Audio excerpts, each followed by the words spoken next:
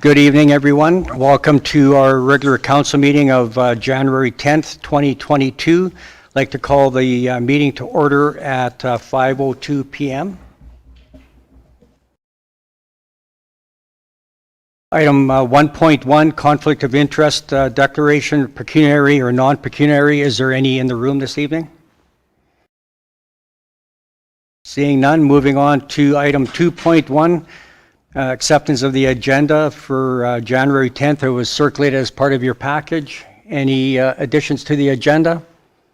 Seeing none, can I get someone to make a motion to adopt? Councillor Beekman. Any discussion? All those in favor? Carried. Thank you.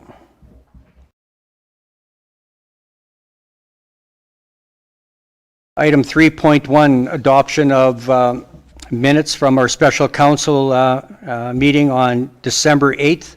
Everybody had a chance to go through that. Were there any errors or omissions in the minutes from December the 8th? Seeing none, can I get someone to make a motion to adopt the minutes as circulated? Councillor Pickering, thank you. Any discussion? All those in favor? Carried, thank you. Item 3.2, the regular council meeting minutes from December 13th. Again, everybody's had a chance to go through that. Any errors or omissions? Can I get someone to adopt the minutes from December 13th? Councillor Rees, any discussion? All those in favor? Carried, thank you. Item 3.3, the special council meeting minutes from December 15th, 2021. Any errors or omissions of those minutes? Seeing none, can I get someone to make a motion to adopt the minutes? Councillor Saylor, thank you. Any discussion? All those in favor? Carried. And then item 3.4, the special council meeting minutes from December 20th. Again, any errors or omissions?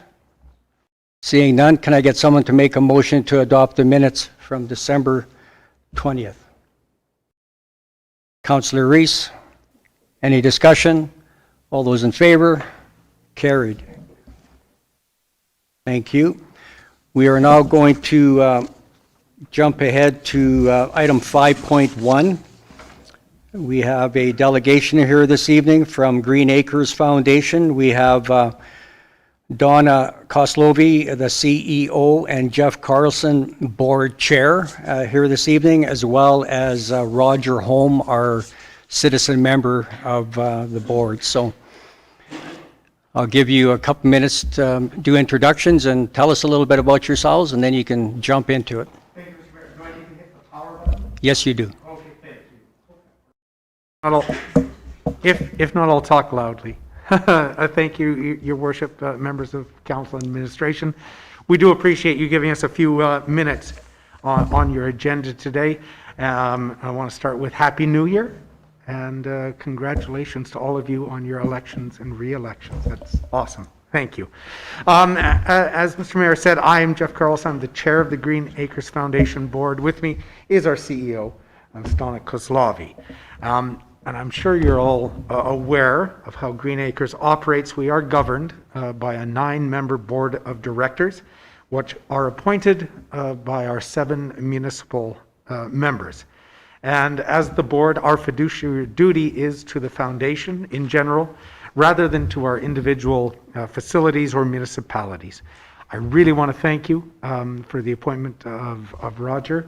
We are in the middle of a lot of projects at Green Acres right now, and we did try to keep our board sort of as stable as possible, so we really appreciate that. Roger's a great boon to our board, so thank you. Each year, the board of directors does undertake a strategic planning exercise where we confirm and explore our mission, our vision, our values, and our 5 key strategic priorities. And then we create our annual plans from there. The Green Acres mission is the foundation is to provide affordable housing and quality services responsive to the needs of our clients. Our 5 key pillars in our strategic plan are raising our organizational profile, continuing to be a great place to work, a great place to live for all our residents, ensuring the organizational stability and sustainability of the foundation, and our strategic alliances and partnerships. And that's kind of why we're here today. We wanted to connect with all of our member municipalities just to sort of reach out, let you know who we are, what we're doing, because unless you sit on the board, you may not know much about Green Acres. And so we're just sort of reaching out to all our member municipalities and all our other partners and folks we're aligned with to sort of have a little chat. And that's sort of why we're here today. But the brains of our organization is Donna Koslovi. She's our CEO. Oh, and I think, Donna, you could probably give a little brief organizational history and profile to the councillors. And thank you very much for your time. We're not going to take a whole bunch of your time, but because most of you do know what Green Acres is about. But I want you folks to know, because you represent Coaldale, Coaldale was one of the founding municipalities that joined Green Acres way back in 1960. There were 4 municipalities, and Coaldale has been with us right from the get-go. So we've been around 61 years. Sometimes it feels like I've been around for 161, but that's okay. But we're very proud of what we have done in the area of seniors housing for Southern Alberta. We presently have close to 1,000 units or areas that we can put residents in. And close to your heart are the 3 here in Coaldale. We have Sunny South Lodge. It was built in the 70s, Sunny South Manor in the 70s, and the Villa is a young comer, and it was built in the 80s. So we have, and as you may or may not know, out in Coaldale, we have every level of care. So a resident does no longer has to leave your community. A citizen of Coaldale, if they're independent, they can live in one of our independent units. As they progress and they get more frail, we can provide the services right up to a memory care. So a lot of our people, they just stay there, and this is something that was actually a little bit of a brainchild from your former council here back in 2004, late 2000s, about 2010, 2009, 2010. The council of the day were really concerned because their elders were having to leave. If they couldn't get into the long-term care here in Coaldale, they didn't have a choice. They had to move to Lethbridge, right? So we struck up a partnership between the town. It's really not a partnership with the town. It's the town's idea. But we were lucky that we struck up a partnership with Alberta Health Services so that we could provide a higher level of care. So therefore, the people here could stay here. That was the same time that Green Acres, we truly believe that seniors need to age in their own communities. So in Coaldale, we built a 2-story addition for those people that have lived in Coaldale a long time. If you remember, Sunny South Lodge was just a 1-story building at one time, and now we put on a 2-story addition. And Green Acres funded that. Green Acres put out $6 million, a little over $6 million for that project. And you know what? It was a really, really good idea. Since that time, I'm sure some of you probably have family or friends that live with us, but since that time, we enjoy, I don't know if we should say enjoy, but we have a very high occupancy rate. There's always a wait list for Sunny South. The people really like the facility out here, and I think it is a really good addition to your community. So if we can be of help to your community, that's one of the ways that we were a help. Sunny South is actually our largest, not in residence, but is our largest employee base out of all our facilities. Last year in 2021, we went up to about 161 people were hired throughout for Sunny South. So it's big. We average around 100 employees at all times out here, and our wages and benefits are a little over $4 million for this little lodge right over there. So it is a going concern. We like to ensure that our facilities are well maintained, and I think that's a testament. You can take a look at our facilities over there, and it is a very, very nice facility. Just little tidbits. We do have quite a few people, Coaldalites, is that what they're called? Coaldalites, okay. that want to come into that facility. We have people that actually move back to this area because their families are from Coaldale and they want their elders to live there. So again, I think that's a really good draw for them, and it just kind of shows that your community is very, very close-knit, very important in this community. And over in Coaldale right now, this year we have 4 people that are going to be over 100 years old. In fact, in February, we're going to be, hopefully, celebrating 104th birthday over there. So that's terrific. At the end of this month, we will be celebrating someone that's turning 102, still living in the lodge. So, I mean, that's pretty doggone good. And yes, we will be sending something out to you, Your Worship, to invite you over there, if you can come, okay? Just because we thought maybe you would like to come and just wish them I'll happy come birthday. for sure. Okay, so we'll send you all the details, okay? Our average age over in Sunny South is mid-80s in the lodge, and it's much younger in the apartments. It's around 70 to 75 years old for average age. So there's quite, even when you think of it, the seniors of today are a lot different than they were 20 years ago. Because 75-year-olds, that's not old anymore. That's young, right? So they're living independent. I have to look around the room when I say that. No, we're all safe here, okay? But I have to be very conscious when I say these kind of things. And for the councillors, you'll notice on your tax bill, there is a Green Acres requisition, okay? And under the Alberta Housing Act allows foundations like Green Acres to have a requisition. So every taxpayer in Alberta pays towards some sort of foundation for seniors housing. Yours, Coaldale, just happens to be part of the Green Acres, so the tax requisition collected by your municipality goes directly to the Green Acres. Okay? And your requisition is about, I looked it up, $155,000 it was in 221. Okay, and it's generally looking at about a 5% increase every year, but you can't just really go with the 5% because it depends on if your community has grown, because it's based on equalized assessment. So if your community has grown, of course, then your total tax requisition will be higher. Okay. Other than that, like as Jeff had indicated, Green Acres, we're on the growth mode. We've got a lot of projects going on, not so much out in here in Coaldale, but we will assure you that we will always take care of these buildings out here. We will take care of the people out here. Because we know, when we're sitting at 98-point-something% occupied all the time out there, the only reason why we're not occupied is because we're trying to fix one up so that we can get the next person in there. It's that quick. And it's a funny thing with Coaldale, too. Sometimes people phone us before we even know that someone's moving on. Okay, so you have a very good rumor mill or something out here, because lots of times the community knows before we do.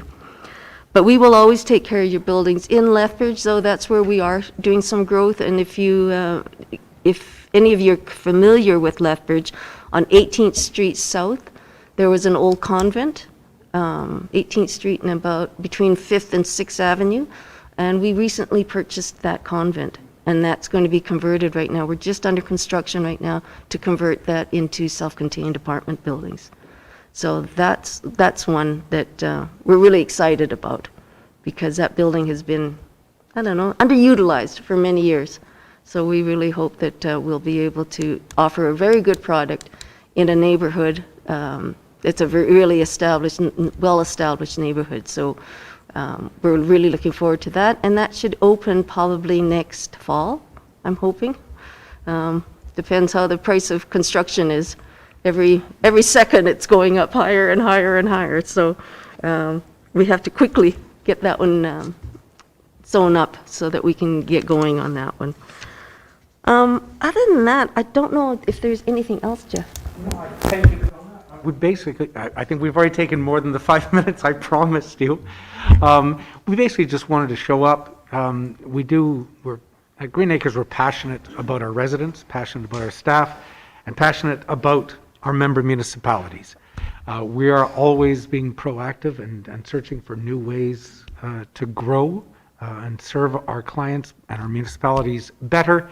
And so we wanted just to touch base with you all, let you know who we are and that we're here. And if there's any thoughts, like Don alluded to, when Sunny got its facelift and its I guess face raise a few years ago, that was a town council initiative. And so we're always here, and unless you have any questions for us, we just basically wanted to say hello. Before I open it up to the floor, I have a question. So for the sake of new council, can you explain the different levels of care between the villa, the manor, and the lodge? Lost the back of my earring, Lana. If you see a back of an earring, okay, that's why I'm frantic here. We have the villa and the manor are both self-contained units, so they are apartments. So the folks there, they do their own housekeeping, they do their own cooking, they are totally independent. What we do for them is we take care of the building, we take care of the security, so they don't have to do snow shoveling and things like this. But if you go over to those buildings, they are their own community. I mean, you go over there at 10 o'clock and they're having their coffee out in the common area. You know, they have their own, they do their own things. And of course, they do get invited over to the lodge too for activities. Then in the lodge, we have various levels in the lodge where if someone comes in and they may need just home care, they might just need a little bit of home care or no home care, but they might just need home care to get them up in the morning and perhaps help them get to bed at nighttime. So that'd be a level 2. If they get to the point where they need more personal care, more health care assistance, perhaps they need help ambulating or going to the washroom because of their mobility, that would be a level 3. Level 4 is when we would have nursing care. We have professional nurses over there, and so they need medical monitoring. Their health is such that they need a little bit more monitoring, okay? And then, of course, 4D or memory care is when they need to have greater supervision. They are in a part of the lodge where they can't wander off. Okay, it's a secure unit, okay? So, sorry, I never thought of it. That's great. To us, it just kind of comes. And then a question for Roger. When most of us were on the campaign trail and we did a public forum at the Sunny South Lodge prior to the election, there was some interest there from some of the residents that they wanted to meet with council on not on a regular basis, but on the odd occasion. Is that something you could facilitate, when things loosen up a little bit as far as COVID goes, we can go in that common area like where we had the forum and just let the residents ask us questions, beat us up, or do whatever? Certainly, and yes, right now we couldn't do it, okay, because of this variant. This variant is vicious right now, okay? But once things open up again, we're planning on doing that, because in Lethbridge it was the same thing. Because the residents they can't come down here. Oh, I guess they could, but a lot of them would not come down and sit as part of the public, right? Okay. So yeah, we will reach out to you, and if you guys want to come, then that's fine. Roger, is that going to interrupt your golfing? Well, it might, but I'll make sure it's in evenings or whatever. But absolutely, I think that's a wonderful idea, and we'll certainly, as Donna said, as soon as things open up to the point that we can facilitate it, we'd be more than happy to do so. Okay, thank you. I'll open it up to the floor. Any questions from any members of council? Councillor Chapman, you got your mic on? Yeah, thank you, Mayor, and through to our delegation. Thank you so much for joining us with us this evening. Just 2 quick questions, but first of all, a comment. I would like to just concur with the seniors that we have visited, and of course my wife and I have enjoyed the many teas over the years until COVID occurred, and they just really appreciate that little interaction that we get. Having said that, I really appreciate the fact that there are so many residents in Green Acres here in Coaldale who are from here in Coaldale, and I trust that that's the ongoing arrangement that you try to look for, is that those are residents of Coaldale get that choice of accommodation when it comes to that change. Is that how that works? Donna, if you... Councillor Chapman, you're absolutely right. This is something that we always want to make sure that the Coaldalites are taken care of first. So I will ask you, if you're ever talking to AHS, you could mention that to AHS also, because we do take SL3 and SL4 and 4D people based on a referral, because we are not medical professionals, so we get a referral from AHS. We continually remind them that we Coaldale people first. So if we're all singing from the same songbook, that would be appreciated. It is one of the challenges, because we have facilities around the region, and sometimes Alberta Health will say, "Oh, we're sending someone to you," and for some reason they'll send someone from Picture Butte to Coaldale. At the same time, they're sending someone from Coaldale to Picture Butte. Luckily, Donna has a good relationship with the administrations and can usually iron those things out, or does her best to iron them out. Well, I really appreciate your efforts to keep our Coaldalians Cool. local, and they just love it. I think that arrangement's really working well. My second question to you is your handy bus service, and I believe it's exclusive to your residents only, and maybe you could just help me identify a little more about how that works. Through the years, we've done some fundraising, so we've been able to get some buses to take residents on outings. And I remember we talked to this council once before, I think it was through the council or through the Handy Bus Association here. And, you know, that offer is certainly still not shut down, because there is lots of times when we have a bus that's going to Walmart, okay? That's our number one bus trip to Lethbridge. Everyone wants to go to Walmart, okay? So perhaps there is an opportunity there that if there are other people from Coaldale that want to get on the bus for a small fee to go to Walmart, then perhaps they can. Okay? So the door is not shut on that one. All right, thank you. Okay, any other questions? Roger, you got anything else to say? I think Donna and our chair, Jeff, has taken command of this and led us through this very, very well. So, no, I don't really have anything else. All the notes that I have here, they covered them extremely well, so I don't think I need to add anything else. Okay, well, on behalf of Town Council, I'd like to thank you for coming out this evening and giving us an update, and we'll have Roger do that again on a regular basis. We're going to ask that we keep in touch with what's happening, so. Thank well, you all very much for the time. We appreciate it.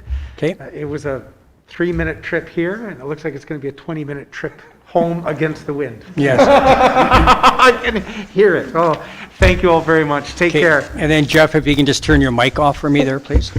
Thank you.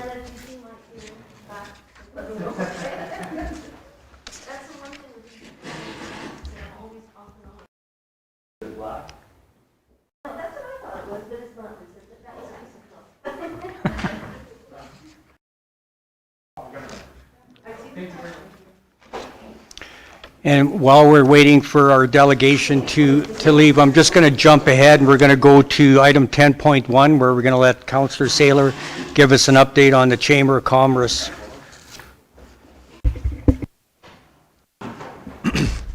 Thank you, Mayor Van Ryan. So we've had one meeting so far. The Coaldale Chamber is wanting to change up the format that we currently do the speaker series.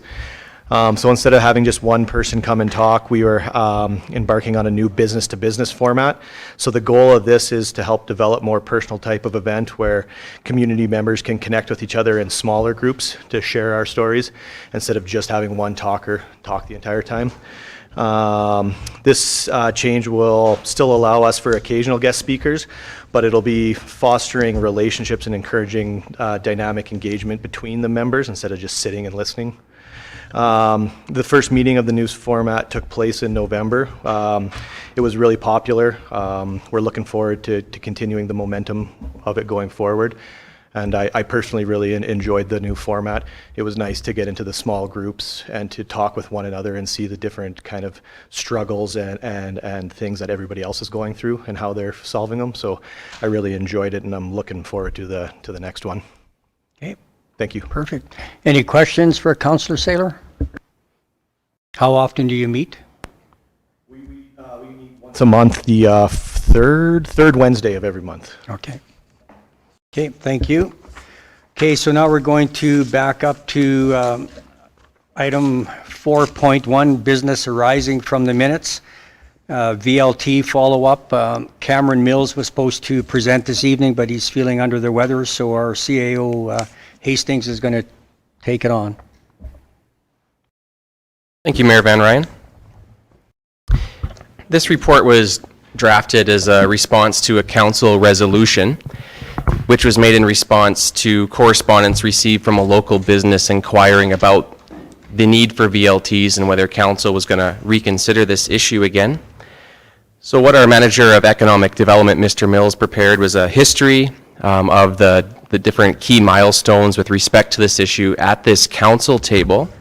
So I won't go through each of the detailed minutes. That's been discussed at previous council meetings, and it is on the package for people to review and follow up on, and it's something that council has. But what I will do is focus on some of the pertinent legislative details so that council is aware of the full range of options that it has with respect to how to move forward. And Kaylin, if you look at the package at any point, can you give us the page number you're on then too, please? Oh, for sure.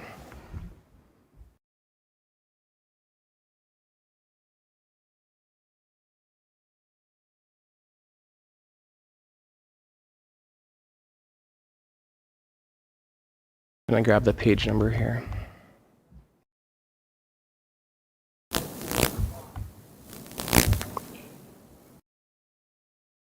Okay, we're on page 27. As part of the creation of this staff report, administration reached out to the AGLC to get some additional background information, and we included a snippet from some of the email correspondence that we had with the Manager of Issues and Stakeholder Relations, which was included in your staff report. The part that I will read here is from the email from Christina Bruce. Regarding any possible changes, the GCLA allows the President of Treasury Board and Ministry of Finance to develop a policy allowing municipalities to reintroduce VLTs in their community. In order to do that, 2 steps are required. First, the municipality, in this case the town of Coaldale, should ensure that it has complied with all necessary legislative requirements, including those laid out in the Municipal Government Act regarding amendments or repealing bylaws or resolutions voted on by electors. Second, the municipality would inform the Office of the President of Treasury Board and Minister of Finance of its intent to allow VLTs to be reintroduced. Once the Minister's office has received a request from the town, the Minister would be able to consider developing a policy to allow AGLC to enter into agreements with retailers and place VLTs in the community. So I just want to unpack the legislative elements to this entire topic.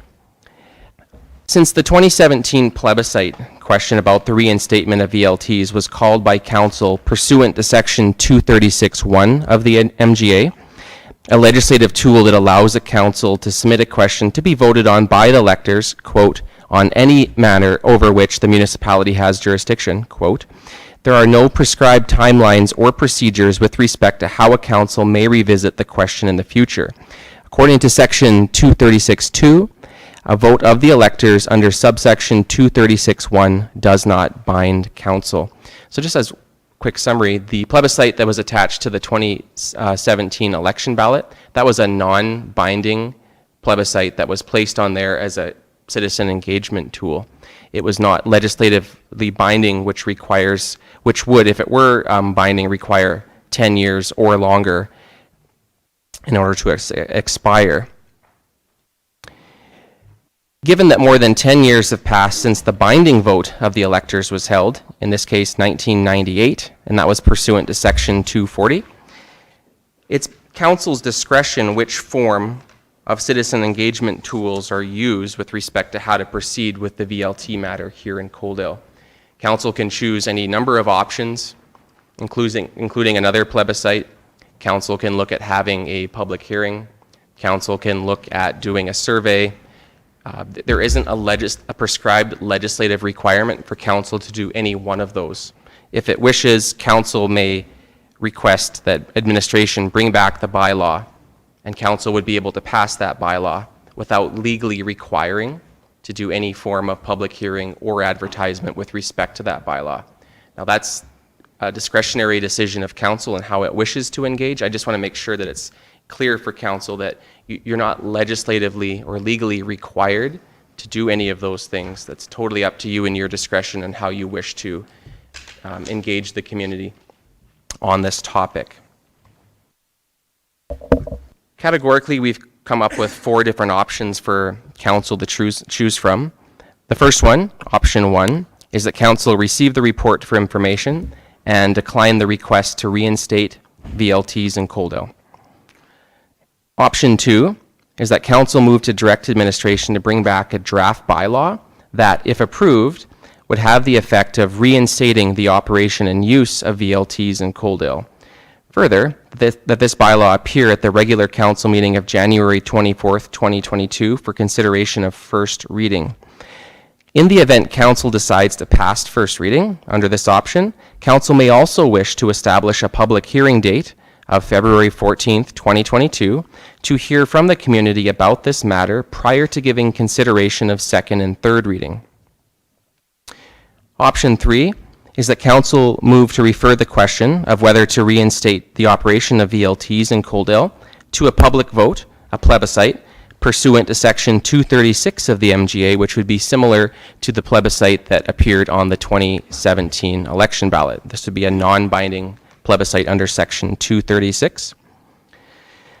Option 3A is that council move to refer the question of whether to reinstate the operation of VLTs in Coaldale to a public vote pursuant to Section 236 of the Municipal Government Act. Further, that the owner of the Coaldale Inn who requested in the previous correspondence the reinstatement of VLTs reimburse the town for costs to hold this plebiscite question. The VLT issue has a relatively storied history in Coaldale. I think the correspondence history of all the times this has appeared, the attachments from previous correspondence, the minutes, the staff reports, letters from advocacy groups and such as the Chamber of Commerce, I think speaks for itself. This is an issue that has been discussed a number of times at various junctions over the past decade.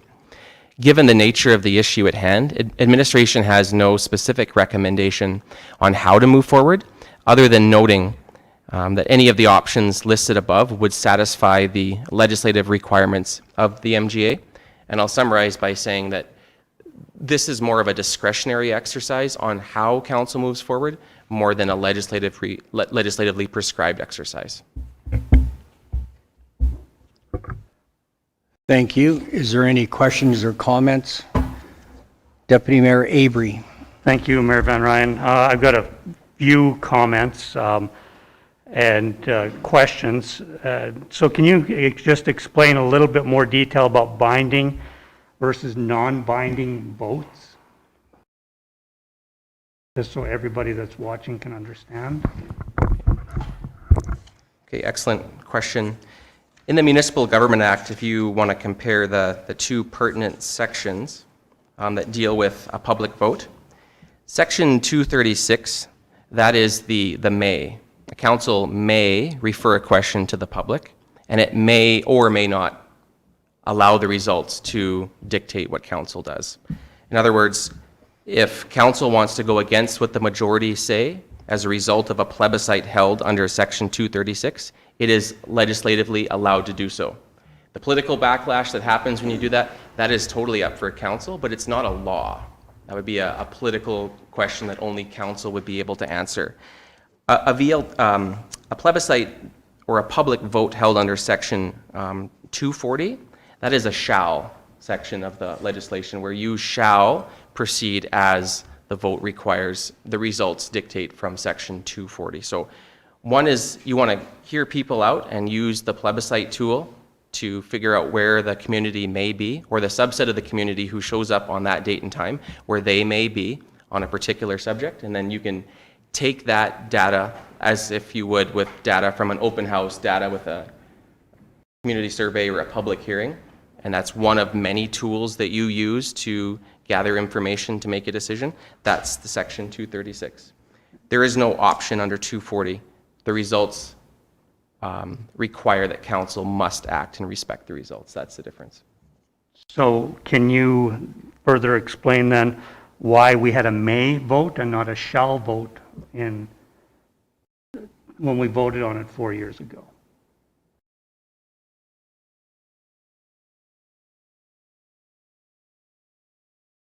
At the time, that was the tool that was enacted by council, and council chose to uphold the results of that may section of the MGA. Okay, so here we are today, 4 years later, darn near to the day, talking about the same thing, that a majority, because when we all ran this last time in October and campaigned, it was on the premise that we were going to have public input. And if we look back, and it don't matter if you win by 1 vote or if you win by 400 votes, that's the public input that we're talking about. So if we're going to go against what public input said in 2017, who's going to come out on February 14th, 2022, with this new wave of COVID going around? It's going to be those that will be selected that are very much wanting this through. It's not people that are concerned about their health, not people that are concerned about their safety. It's people that want this to come through. So you're going to get 100 people that come through and say, yes, I want it. And we're going to come into this and we're going to vote on, should we bring VLTs back or bring VLTs to Coaldale? And I am not a supporter of it. It's an addiction that causes other addictions. And if the easy way to explain it is if you have $1 million to spend down Main Street and VLTs take $1 million, the rest of Main Street, guess what? They get zero of that $1 million because they went to the VLTs and spent that. And then that goes to the big provincial pocket. We don't get that $1 million back. We might get 1% of that $1 million back into Coaldale, where right now we're getting the full $1 million down our Main Street into our businesses. So I think you really need to think if this is the best thing for 1 or 2 businesses, because it will affect every business in Coaldale down our Main Street by bringing VLTs back in. Thank you. Thank you, Deputy Mayor Avery. Any other questions or comments? Councillor Reese. I'd like to make a motion in favor of option 2, that council move to direct administration to bring back a draft bylaw that, if approved, would have the effect of reinstating the operation and use of video lottery terminals in Coaldale. Further, that this bylaw appear at the regular council meeting of January 24th, 2022 for consideration of first reading. In the event the council decides to pass the first reading, council will establish a public hearing date of February 14th to hear from the community about this matter prior to giving consideration for a second and third hearing. Go ahead. Mr. Mayor, just one point. Deputy Mayor Avery made a good point about Omicron and the facilitation of public hearings and some of those logistics. My recommendation would be that if council chooses to proceed with holding a public hearing, that be through virtual technology. And we know that when we come up with advertising, and then I can work with our IT department on whether that's a hybrid where we have in person for just council and then the public hearing be through Zoom or some other virtual means, or whether the entire meeting is held through virtual means. But I do think that would be an important consideration just in light of current conditions. Okay, thank you. And I just wanted to confirm with Councillor Reese that you're indicating as part of your motion that you wish to hold a public hearing? Mm-hmm. Okay. Okay, any further discussion?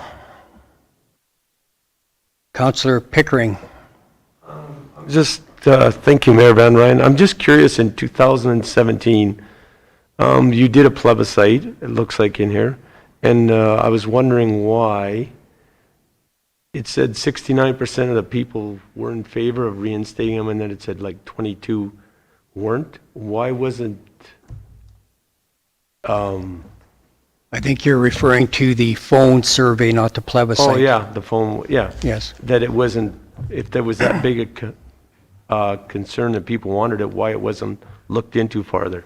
So there was a telephone survey done of approximately 700 homes, and they were asked 2 questions. And the first question was, and I might be off on if it was the first or second question, but are you in favor of VLTs coming back, yes or no? And it was 72% that was in favor of that. And then there was another question, I don't have that in front of me, and that one came in at 69%. And the problem that council at the time found with that, and Deputy Mayor Avery could speak to that as well, is that the company that was hired, there was some concerns whether or not the phone numbers were all residents in Coaldale, or if it was a 345 number, it could be someone living on an acreage 4 miles out of town. Is that correct, Deputy Mayor? That's correct. Okay. That answer your question? Yes. Okay. Councillor Beekman. Mayor, question through to Kalen here. In the event that we're to go forth with option number 2 and subsequently pass a bylaw and VLTs are to be reinstated, is there any way we can put a contingency in there that that any owners or anybody that houses VLTs, that there's a commitment to percentage of tax dollars that gets funneled back into Coaldale programs? Excellent question, Councillor Beekman. I'd have to check on the legality of that. Certainly that's voluntary discussion that could be had with the 2 principal businesses that would likely be eligible. In terms of the legality, I'd have to check with legal counsel on that. Once council makes the resolution, as outlined in that email from the manager from the AGLC, it's really an AGLC Treasury Board process from there in terms of how this rolls out. But to what extent council within its local authority would be able to make additional provision, I'd have to check on whether that could be binding or not. Okay, any further questions, discussion? Councillor Chapman. Yeah, thank you, Mayor, and through to council, I appreciate the work that's gone into this, and I might just say that speaking on behalf of the major number of residents in Coaldale who voted in the last plebiscite, I'll be voting against this option number 2 that has been put forward. So I'll be supporting the 51% of the people that voted in the last election. To that, the position that we would be going to a first reading coming up on February 24th only means that the public will have a chance to speak to the matter, and I would trust that we would pay attention to that. I believe that the community feels very strongly, and I think that obviously for the fact that the Coaldale has spoken twice about this already, and the numbers have not changed dramatically in the sense that we've grown by approximately 3,000 people since 1998. That being said, that the demographics haven't changed overwhelmingly. In fact, in plebiscites held around the province of Alberta, most of those plebiscites have won or lost by narrow margins. So I expect that this could possibly be the case. So to close the loop here, I'll be voting against the motion. Okay, thank you, Councillor Chapman. So just before we call for the vote here, I just wanted to confirm with Councillor Reese that the motion that you presented is as per option number 2, or is there any changes to it? Well, the only change would be have it virtual possibly because of the COVID. Yes, okay. Yeah. So there's a suggestion in the staff report that there is a possibility of having a public hearing, and your motion says that we will have a public hearing and it'll be done as per the CAO said virtually then? Yeah. Okay. Any further discussion? Deputy Mayor Avery. Thank you, Mayor Van Ryn. I still, like, how do you do this virtually? It's not going to be successful doing it virtually. Like, I just, we've got to think of the circumstances. We've got to think of the situation we're in today, even compared to 2 years ago when this was at our council table, compared to 4 years ago when it was at our council table, compared to 22 years ago when council was discussing. We can't get the citizens together to get the vote. We got them out and they voted for us in October. They came out and they voted. Now we're going to make a huge major decision. As Councillor Chapman says, our town has grown exponentially compared to other municipalities. There's reasons why people move to Coaldale. It's not bloody VLTs. There's reasons why. It's because we're unique. We don't have to follow the sheep. We don't have to all jump over the cliff. People come to Coaldale because it's a community they want to live in. That's why I'm here. That's why we're all here. Because we're unique. We're not Lethbridge. We're not Tabor. We're not Pitcher Butte. We're Coaldale. We don't offer VLTs. Big deal. Not a big deal. I just really think you need to think this one through, Council. We're in a situation where, should we even be meeting face to face? I don't know. Is it the safest thing? But now we're going to make a decision virtually on February 14th from this motion. Thank you. Thank you. Any further discussion? Councillor Saylor. In regards to a public hearing, if we're concerned about getting people out, could we do some sort of virtual survey beforehand as well again? Or is that kind of a waste of time? Or what are the thoughts on that? Go ahead, Kalen. Through the chair to Councillor Saylor, I don't know that you could, well, you could, but I don't know that I'd recommend a survey and for that type of data to mix with those who choose to appear at a public hearing. But one option that council has is one step at a time, where you can see what the turnout is for the first public hearing. Council may wish to schedule a subsequent public hearing if there's great interest or if there's low turnout. There's no hard and fast rule saying that you have to do any public hearing, and there's no hard and fast rule that it only has to be one. Council can make the decision on the meeting of the 14th before making a decision with respect to second or third reading, assuming first reading passes. Council can make a decision to have additional public hearings and slow this down as it sees fit when the time comes. Okay, thank you. Any more discussion? I'll call for the vote then. All those in favor of Councillor Reese's motion? Opposed? Councillor Chapman, Deputy Mayor Avery. Motion's being passed. Thank you. Okay, moving on to item 7.1, Council Procedural Bylaw, second and third reading, and Lana will be presenting this evening on that. Go ahead, Lana. Thank you, Mayor, members of Council.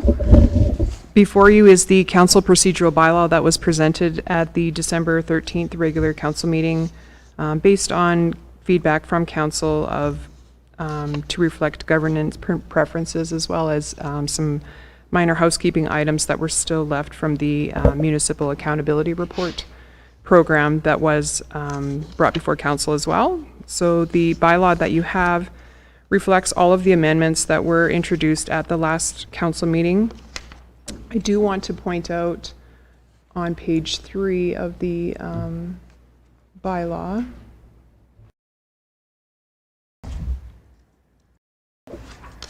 There was one reference noted when we have our committees, the committees of council, for example, South Grow or Emergency Advisory, the Library Board, the Old Man Regional River, we ask for a terms of reference for each one of the committees that outlines of who they are, what they do, what they represent, but not every committee calls them a terms of reference. So there was one addition onto the third page there that you'll note that we included to say terms of reference, that it's a definition that supports all of those other names that might be, like a bylaw, a governance policy, an article of association, a policy and a procedure, or a regulation. So there was that one last amendment to the bylaw that was last presented as well. Okay. If council is supportive of moving forward to second and third reading, we can do that today unless there's any other amendments that they see fit that need to be done. Any questions for Lana? Can I get someone to sponsor second reading then, please? I'll sponsor second reading, and just a quick question through to Lana on, was this the procedural bylaw with the $2,500 question that I had from last meeting? That's in the code of conduct. Code of conduct, okay. We'll leave that, thanks. Okay. Okay, there's a motion on the floor by Councillor Chapman. Any discussion? All those in favor? Carried. Can I get someone to sponsor third reading, please? Councillor Beekman, any discussion? All those in favor? Carried unanimously. Okay, thank you. And then moving on to agenda item 7.2, Council Code of Conduct, and our CAO, Kaylin Hastings, will be presenting. Thank you, Mayor. This is the Council Code of Conduct Bylaw 837 GE 12-21. A request for Council to give consideration to second and third reading. First reading was approved by Council at the regular Council meeting of December 13, 2021. The draft bylaw before you, no subsequent changes have been made by administration or requested by administration or members of Council following the passing of first reading on December 13th, 2021. The draft bylaw that was approved as part of first reading that was vetted through legal counsel and meets the requirements of the deficiencies noted within the bylaw from a municipal affairs as part of the municipal accountability program. At this time, I'm requesting that council give consideration to passing second and third reading, or to give instructions on what type of amendment should be made prior to giving consideration to second and third reading. Thank you. Thank you. Any questions for Kaylin? Can I get someone to, I'll just ask the question. Okay. And there was no, through to Kaylin, if I may, the question about the $2,500, that still stands? To answer your question through the chair, as the bylaw stands now, the dollar threshold is $2,500. In order to change that either higher or lower, we would just require an amendment from a member of council prior to giving consideration to second or third reading. So currently it is $2,500, but it doesn't have to stay at $2,500. And that's as per the MGA, which doesn't have a dollar amount in there. That's correct. So so the reference in the MGA not to have a dollar amount, was that specifically to preclude anybody from that expense amount, or how did that work? This is more of a procedural bylaw. Under the Municipal Government Act, you can be in conflict of pecuniary interest for something that's valued like at $1. It doesn't matter what the value is. Conflict of pecuniary interest, it's black and white regardless of value. This is more of a procedural bylaw in the sense that council, what dollar amount is council comfortable with administration handling following the laws of procurement versus what dollar amount then necessitates that the approval must come from this table. So it's not really a conflict of interest per se. It's what procedure do we as staff follow once we hit a certain dollar threshold with a business or entity that's under the control or interest of a councillor or a direct member of a councillor's family. Does that distinction follow? I think that's fine. Thank you. I'll move for second reading. okay, any discussion? All those in favor? Carried. Can I get a sponsor for a third reading, please? Councillor Pickering, any discussion? All those in favor? Carried. Thank you. Moving on to 8.1, new business, traffic calming pilot program update and Parkside Acres inquiry. And Spencer's here this evening to present on that. Welcome, Spencer. Floor is yours. Thank you, Mayor. Good evening to you and council. I do have a brief presentation prepared for this item as well, so I'll ask Lana Antony, our Legislative Services Coordinator, to bring that up.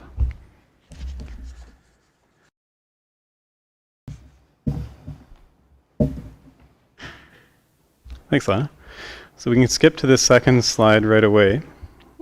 This evening in this report, I'll be presenting on 3 specific items. So number 1, an update to the program itself. Number 2, a Parkside Acres inquiry. And number 3, a brief discussion or opportunity for discussion around speed limits in the community. Slide 3, please. So for the traffic calming pilot program itself, just as a brief timeline, in the winter and spring of 2021, we had several traffic-related concerns come into the town through various forms of communication, either formal letter or email or phone calls. In a short period of time, we had 4 inquiries or complaints. So because of that, at the staff level, we thought that taking the recommendation from the Transportation Master Plan, the recommendation for one project to have completed in the next couple of years was a traffic calming program. And the high volume or relatively high volume of traffic complaints received that spring seemed like a good reason to fast track that. So we fast tracked the development of a proposal for council, which was eventually approved. And then in June of 2021, we also had a public participation plan approved for that program as well. Since the summer of last year, we've had the start of a process that's led to the update that we're having this evening. Next slide, please. So in terms of initial complaints, the 4 that were brought in initially that sparked the idea of fast-tracking the program were a complaint along effectively all of Cottonwood Drive, 24th Street leading towards Fairway Drive, 20th Street or Highway 45 between 22nd and 23rd Avenues, and 16th Avenue at 21B Street, so basically right across from the entrance to the Birds of Prey Center. Other complaints have been received since those 4 initial complaints. For instance, there was a complaint of potential speeding or adverse driving behavior along 10th Street near Eastview Park as well. Next slide, please. So in terms of steps taken when these complaints were received, the steps, I should note, are based on a general following of the Transportation Association of Canada's guidance on how to process traffic calming as a process and the complaints that were received. So number 1, we would have CPOs get in touch directly with the individuals who made the complaints, and that's a way of capturing in as much detail as possible what their complaints were, what their perspectives on any potential solutions could be, and things of that nature. Number 2, we would do site assessments. So again, that's typically the CPOs and other staff doing an observation of the area, not necessarily observing driving behavior, but just looking at the physical makeup of the area, the roads, the streets, what the neighborhood looks like. And then, if necessary, traffic analyzers would be deployed. And we'll get to what traffic analyzers are in just a moment here.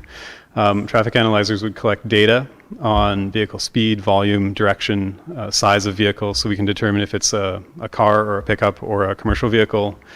And then, as per the recommended guidance from the national body, education and enforcement would be the next step if a traffic issue is determined through the data that's collected. So after education and enforcement's undertaken for a given area, then traffic analyzers would be redeployed at the same time to see if those 2 steps have any positive impact on whether that complaint's been not mitigated, but at least temporarily impacted in a positive manner. And if these things don't work, then step 7 is basically moving into phase 2 of the broader program, which involves getting in touch with individuals from the community where the complaints come from, talk about physical opportunities to affect driving behavior, not just speed bumps. That's not the only thing that traffic calming promotes, but other things like curb extensions or additional signage or things of that nature. Next slide, please.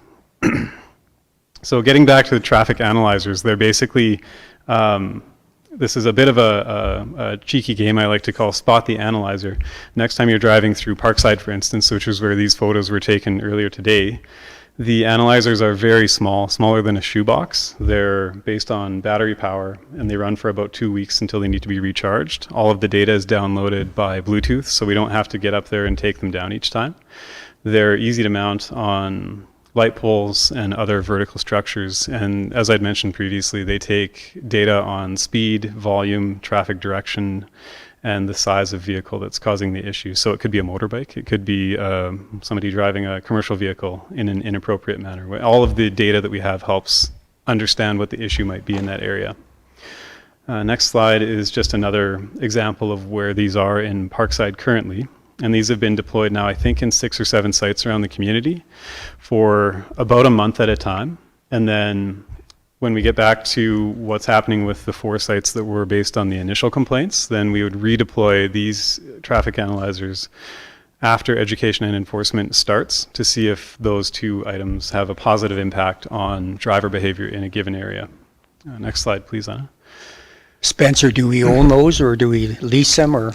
Yes, excellent question, Mayor. So we were given about $16,000 from the Community Safety Fund, which is partially funded through the collection of photo radar tickets from the previous year. And we bought 4 of these devices. And so we own them. We can actually deploy them in other communities if there's a partnership reached or other communities wanted to, say, rent these from us. So they'll be an asset in a substantial way from here forward. Okay, thank you. Certainly. So in terms of where we're at with our program, we haven't gotten to a point where we've redeployed any of the traffic analyzers to sites where education and enforcement are being undertaken because we haven't finalized or put the finishing touches on what education looks like. Typically that's going to mean a social media campaign that highlights the importance of safe driving practices, and it's not necessarily something that can be targeted to one area, so the community would benefit from seeing that information on our media feeds.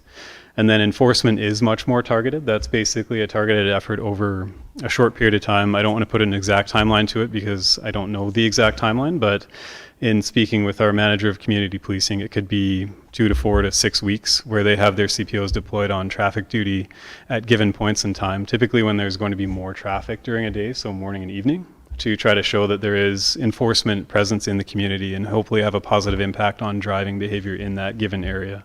So we're just entering that phase, which means we will shortly be redeploying traffic analyzers at the 4 sites that we had looked at previously here. And again, if we don't see positive impact from education and enforcement, then we move to the next phase, which is starting to look at whether the neighborhood and the people who have brought the complaint forward would be in support of a either temporary or permanent physical change to the way that that part of the street works to bring driving behavior into alignment with what the neighborhood desires for how people drive through that part of their neighborhood. Next slide, please, Lana. I'll just make sure we're on the same page here.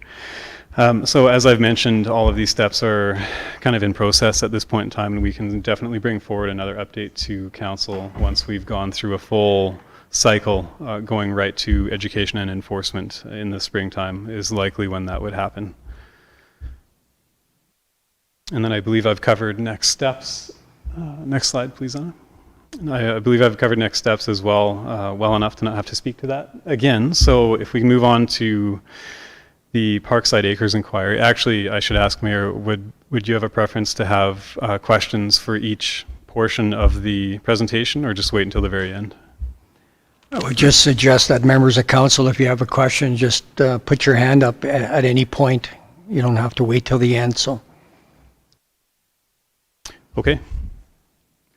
So with regard to Parkside Acres, inquiries received, to my knowledge, have been shared with staff in various ways from council to staff regarding driving behaviors that may not be desirable for that part of the community along their 2 major entrances and exits, which would be Parkside Way and Parkside Boulevard.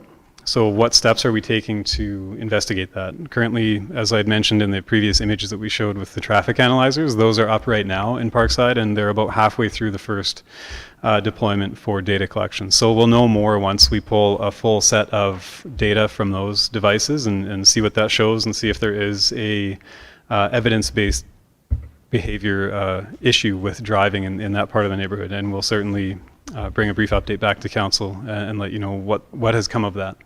Ultimately, if there is an issue that's identified through the data, we would take the same steps we have with the other complaints that have been received and look at education and enforcement as an immediate next step. And then the last item, next slide please, Lena. The last item is a discussion regarding speed limits. At various points through the previous term and this term, there's been brief discussion between council and staff about what it would look like to investigate speed limits in the community. My understanding of that is that we'd specifically be talking about, do we keep most of the streets in town at 50 kilometers an hour, or do we investigate reducing that speed limit in parts of or all of the, typically it's going to be the residential areas of a community. But if council wishes to discuss that further, suggested next steps from staff's perspective would be to have us undertake some background research. There are endless amounts of data from, for instance, the city of Calgary in the past couple of years has gone down this road, no pun intended. And they've identified that they, I believe, would like as a city to, in all their residential neighborhoods, go to 40 kilometers an hour. They spent, I think it was either 1 or 2 years collecting that data, looking at background data. So there's a lot of data already available, information and research already available we could easily tap into and continue the discussion with council if that's council's desire. And with that, I'll end my presentation. I'm happy to answer any questions that anyone may have. I'll go first, Spencer. For Parkside, then, we had several inquiries about lowering the speed limit to 30 kilometers in all of Parkside. So that's something myself personally I would like you to look into more. And then also there's a couple other areas in Coaldale that you touched on, but the big one for me was Parkside Drive. And then also there's a letter that was sent to council by the Corkum family. They live on 22nd Avenue over by the skateboard park. And they had some questions regarding the speed zone there as well.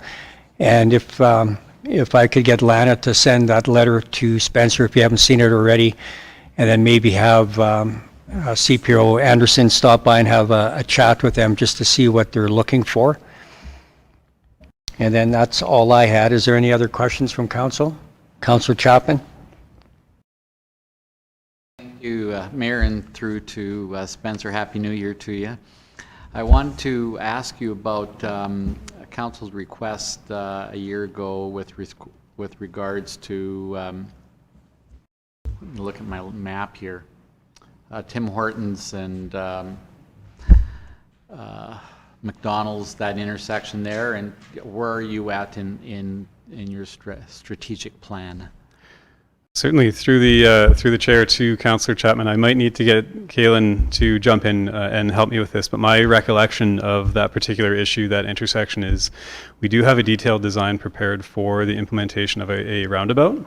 However, based on the data, the traffic engineering data that we would look at, and the advice of transportation engineers, there's no technical need for it from a numbers and a dollars and numbers sense until about another decade from now. However, it could fit within a mandate that council sets for the community if that's a wish of council to fast track that process. But it isn't justified by the numbers as of today. If I may, and maybe through to Kaylin then as well, then I know the council wanted that location fast tracked, and so I was just expecting to see some kind of report or staff report as to what the status was. So I'm glad to hear a little bit of it tonight. And in the meantime, just remembering what the previous council was recommending is obviously with the amount of pedestrian traffic that occurs there, that there be some type of that particular issue be addressed in one manner or another, whether through those crosswalk zebra signs or however you want to deal with that. But I'd like just to see that whole area worked on. I know that the amount of traffic that's coming in there, particularly if I continue, I know that part of the big problem is the amount of traffic that's coming off Highway 3 turning south at onto Fairway Drive, I guess it is. Land O'Lakes Drive, sorry. That traffic that comes off there still is doing 70 kilometers an hour when they're approaching the turn. So it just impacts the ability for people to cross or to get through safely. So I hear concerns about that's primarily the biggest problem is the amount of traffic coming through. But the cross traffic and the alignment and everything that goes about it is really wonky in my words. Thank you, Councillor Chapman. I got a quick question for our CAO. So the roundabout that Spencer alluded to, was that back in a capital plan a couple of years ago? Excellent question. It didn't make the cut for the capital plan. However, we did have a study conducted on that intersection. We had a detailed design for a traffic circle at that intersection. We have possession of that. I believe the high-level estimate for construction costs would have been around $750,000 to $1 million, depending on to what extent we'd have to acquire land in order to meet the proper radius. And at the time, as our Director of Planning and Development noted, it didn't receive a failing grade as a result of the study. So if I recall, they used letter grades similar like they do in school. And that particular intersection would have scored a C. At maybe one particular time with one movement, it got a D. But there wasn't an F as determined by the transportation consultant.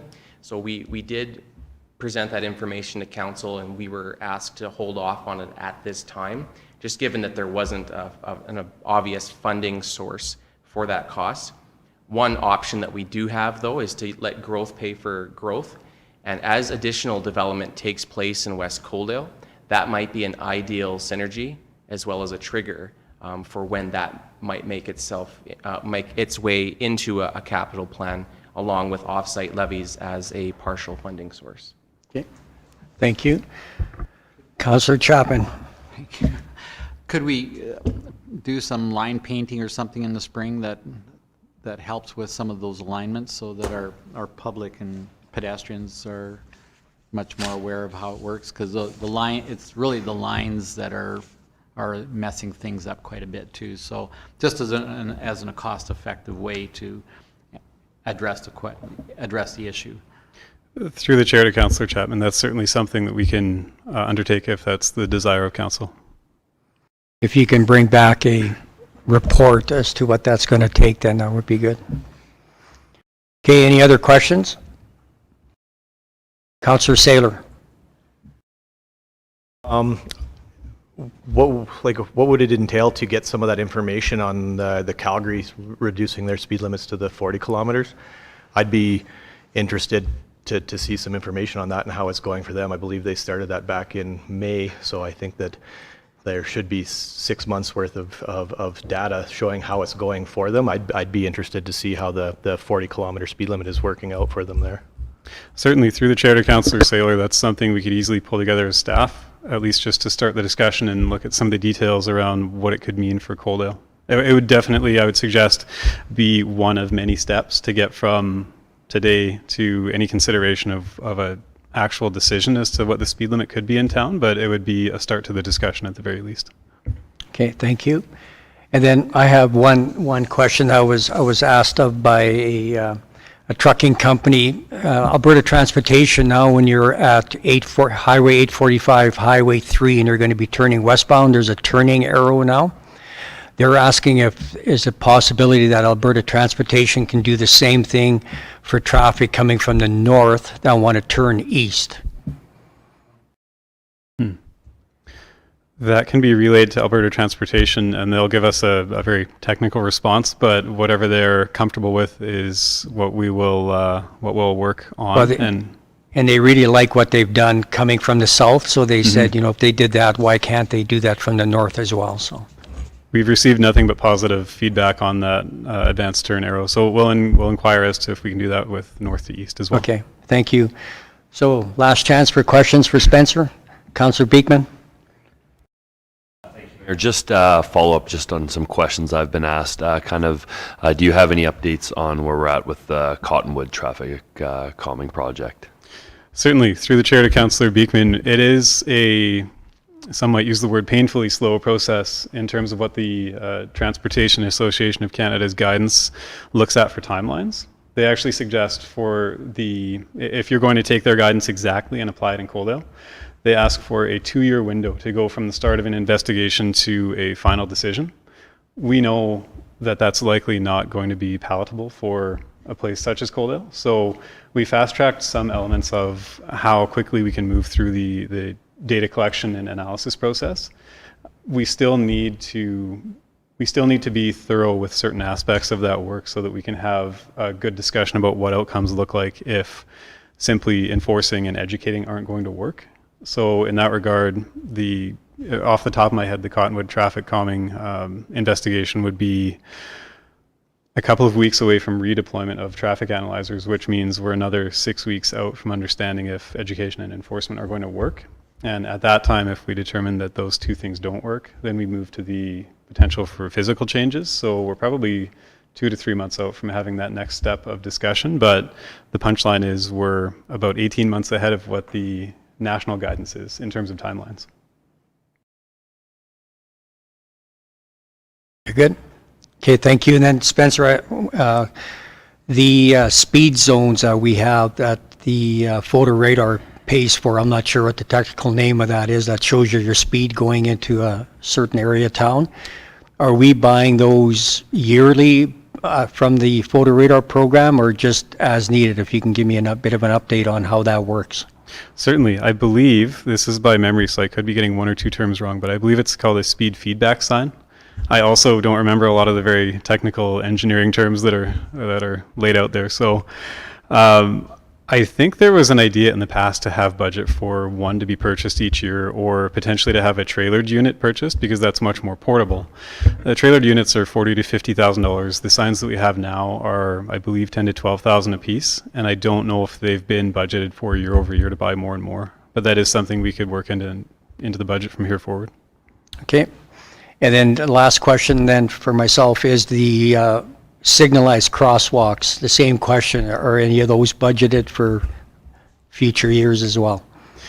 And the answer, again, is it's a bit of an internal joke that I use the safety fund just for flashing crossing lights. At least that's what our director of finance likes to bug me about. But ultimately the answer is we've used the opportunity for that safety fund to pay for things like the flashing crossing lights without having to budget year over year for that expense. However, that's also something that would be reasonable to start budgeting for, even just for operation and maintenance and replacement of what's there, and potentially new sites as they come along. Okay, and what's the cost of one of those units approximately? Last year, they were about $16,000 a piece. Okay, thank you. Any other questions? Seeing none, can I get someone to sponsor a motion that we receive the report for information and provide direction to staff regarding preliminary research that can be undertaken on the topic of speed limits in the community? Councillor Chapman. Just a point of order, are you making the motion, or are you asking I'm someone asking. to make a motion I'm asking. for you? No, I'm asking for someone to make a recommended motion. Okay, as long as it's not you making the motion, I'll make the motion. Okay, perfect. Any further discussion? All those in favor? Carried. Thank you. Thank you, Spencer. Thank you, Mayor. And you get to stay up because you're going to be speaking on the Fire Services Master Plan. Is the chief here this evening too? He is not. Okay. I'll jump in if that's all right. Yes. Perfect, thank you. So the reason the chief is not here is because this is very much a quick administrative item for council's consideration. Really, all we're asking in this particular instance is for council's clear blessing and direction to allow staff to apply for a Alberta Community Partnership grant through the intermunicipal collaboration stream to be able to pay for the Fire Services Master Plan. So if successful, we'd be able to have up to $50,000 of cost covered, which would essentially be the entire cost of the plan. That would benefit ourselves and Lethbridge County, so that's why it's being applied for under the intermunicipal stream. And again, as part of the grant application, we just need to be able to say clearly to the province that yes, our council is aware of and supports the idea that we're applying for this grant. And then if successful, then our operation budget can be adjusted accordingly then? Correct. Okay. Any questions for Spencer on this? Okay, so then I'm looking for a sponsor that council support the development of a fire services master plan for Cold Ellen area and the application to the intermunicipal collaboration stream of the Alberta Community Partnership Grants Program for project funding in the amount of up to $50,000. Councillor Saylor? Okay, any discussion? All those in favor? Carried, thank you. Thank you, Spencer. Have a good evening. Okay, moving on to item 8.3, South Regional Stormwater Drainage Committee Partnership, and our CAO, Kaylin Hastings, is going to present on that. Thank you, Mayor Van Ryn. The purpose of this report is to update Council on progress taking place in the governance realm of the South Regional Stormwater Drainage Committee. Specifically, the MD of Tabor is the managing partner of this project and has requested that all members, which would include Coaldale, pass a resolution endorsing their application for grant funds under the Alberta Community Partnership Program. The particular funding stream falls within the intermunicipal collaboration component of the grant.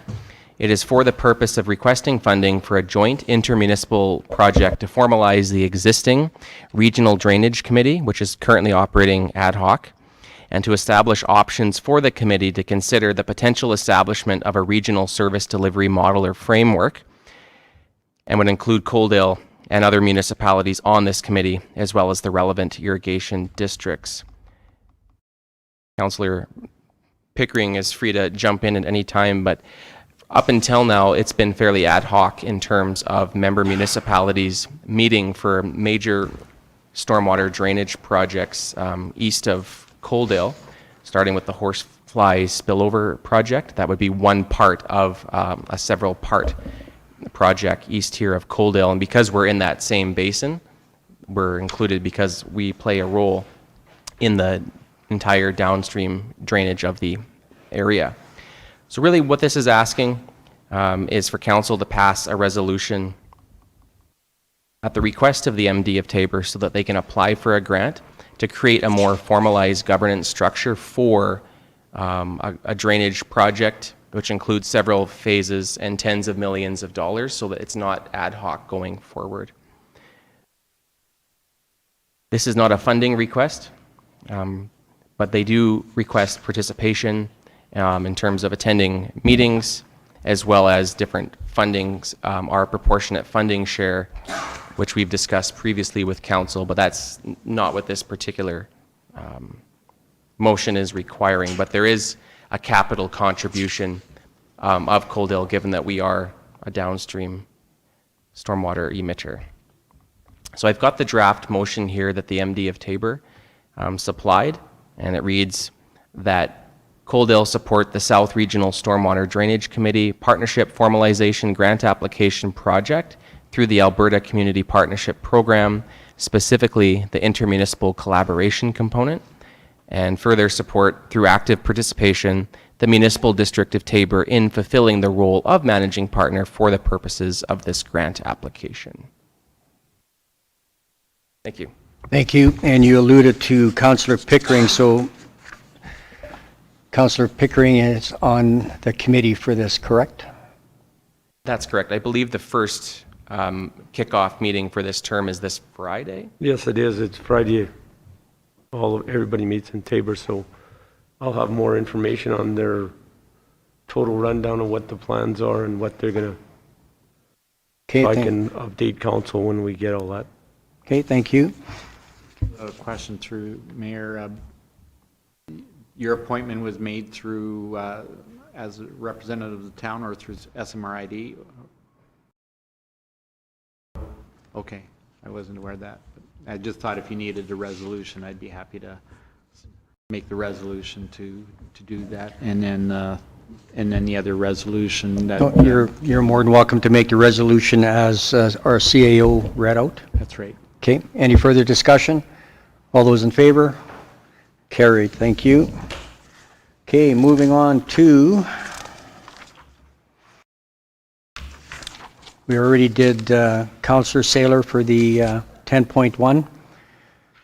So moving on to correspondence, everybody got in their package from the Corkum family regarding a speed zone over by the skateboard park. So Lana's going to email that we could have Mark Anderson go have a chat with them. And then item 11.2, a letter that was drafted to Casey Madu, our Minister of Justice and Solicitor General, to do with the 70-30 split for RCMP.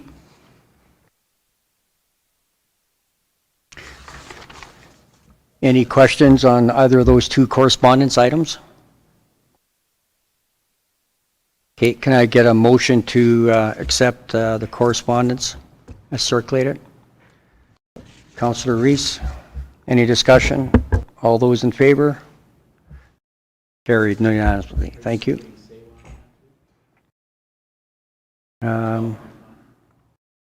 Yes, we're getting to 12.1 next. Okay, item 12.1, Southern Alberta Energy from Waste Association yearly report. That was part of your agenda package. And we are going to be inviting a delegation to come to our March 28th regular council meeting to give us an update.